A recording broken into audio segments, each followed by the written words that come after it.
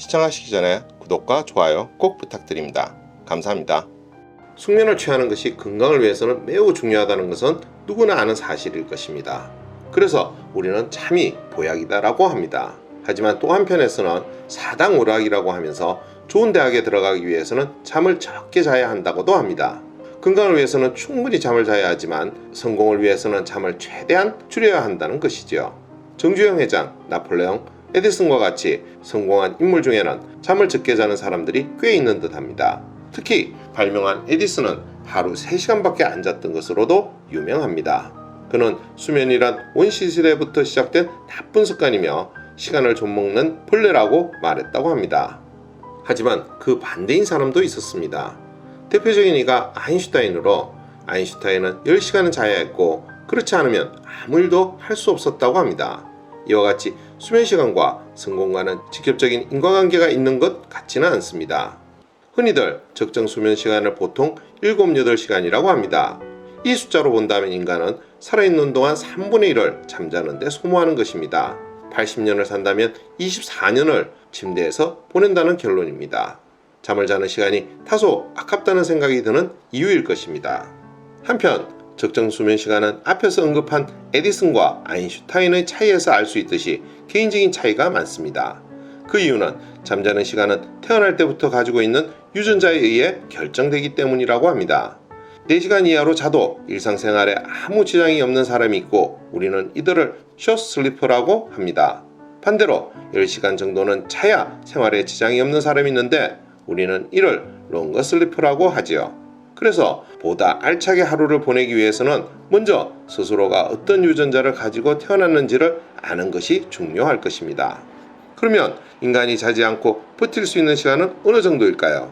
과학자들은 사람이 자지 않고 버틸 수 있는 시간의 한계를 3, 4일 정도로 보고 있습니다. 그런데 이를 훨씬 뛰어넘는 기록이 있는데 그것이 바로 1964년 17세의 소년 랜디 가드너가 세운 264시간입니다. 꼬박 11일을 자지 않고 버틴 것입니다.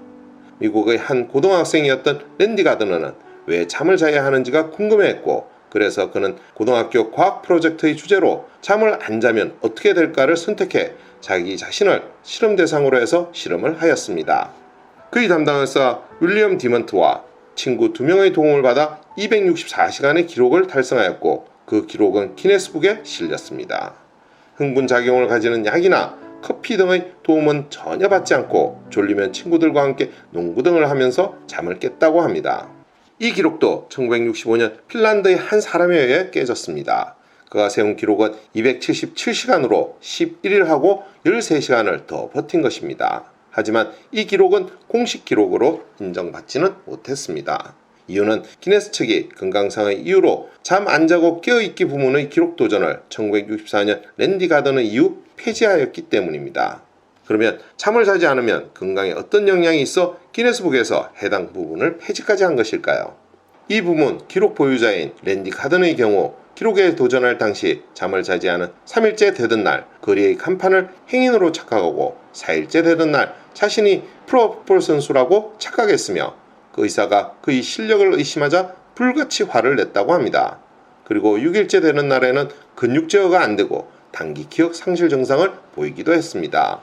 1983년에는 앨런 렉터 셰이퍼는 쥐를 대상으로 잠을 자지 않는 실험을 해보았습니다. 쥐를 돌아가는 원판 위에 올려놓고 강제로 움직여서 각성 상태를 유지시킨 것입니다. 결과는 처참합니다. 2주 안에 실험에 동원된 쥐들이 모두 죽은 것입니다.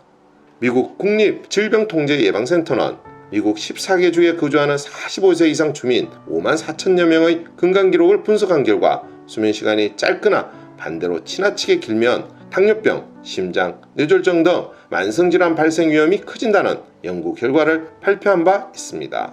잠은 일종의 뇌세척기 기능도 합니다. 사람이 깨어있는 동안 뇌세포는 유독성 단백질을 만드는데 이 단백질을 제거하는 역할을 하는 것이 멜라토닌 호르몬입니다.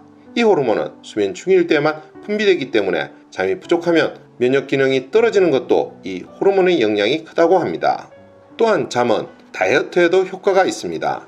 잠이 부족하면 식욕을 정진하는 호르몬인 그렐린 분비가 늘어납니다. 그래서 과학자들은 미는 잠꾸러기라는 말이 의학적으로도 설득력이 있다고 합니다. 오늘의 이야기는 여기까지입니다. 더 좋은 이야기로 찾아뵐 수 있도록 구독과 좋아요 꼭 부탁드립니다. 알림 설정도 잊지 마시고요. 감사합니다.